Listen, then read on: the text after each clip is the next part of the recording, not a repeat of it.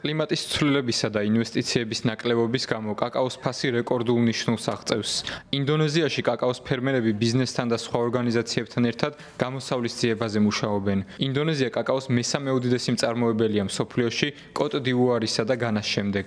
კაკაოს ხეს მოვლის სპეციალური პირობები სჭირდება. ეს ხეები მხოლოდ ეკვატორთან ახლოს იზრდება და საჭიროებს სტაბილურ ტემპერატურას, ტენიანობასა და მზის სხივებს. იმისათვის, რათა კაკაოს ხემ ნაყოფი მოისხას, 5 წელია საჭირო.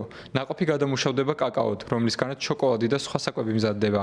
კლიმატის ცვლილება ფერმერების საქმიანობას ართულებს. გლობალური დათბობა მოსავლიანობას აზიანებს, ხოლო გახანგრძლივებული წვიმის სეზონები კი ხეებზე სოკოებისა და სხვა სასიკვდილო პარაზიტების გავრცელებას იწვევს.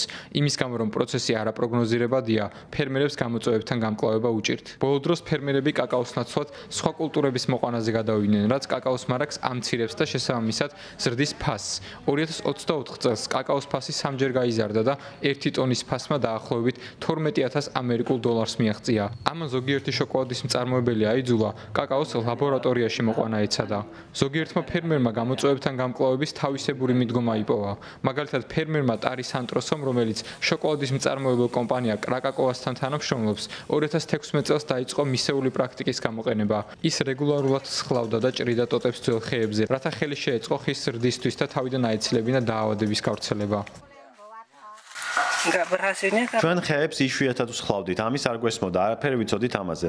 ჩვენთვის ეს ახალი ხილი იყო. ახლა ვმუშაობთ იმაზე, რომ უკეთესი ხარისხის შოკოლადი მივიღოთ. კრაკაკოვა ტარის სანტროსოს ფინანსურ დახმარებას უწევდა განათლების მიღებაშიც. კომპანიის გენერალური დირექტორი აცხადებს, რომ მსგავსად ინდონეზიაში უკვე 1000-ზე მეტი კაკაოს ფერმერი გადაამზადეს.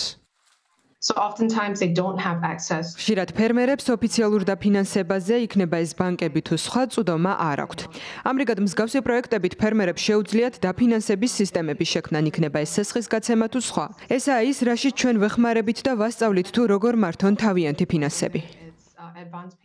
ინდონეზიაში კაკაოს მეურნეობას მომგებიან ბიზნესად სულ უფრო ნაკლები ფერმერი მიიჩნევს. ნაცვლად ამისა, ისინი სხვა კულტურებს თესავენ, მაგალითად პალმის ზეთს. თუმცა ფერმერებისა და კომპანიების, აგრეთვე გაეროს ჩართულობა აჩენს იმედს, რომ ეს პრობლემა გადაიჭრება.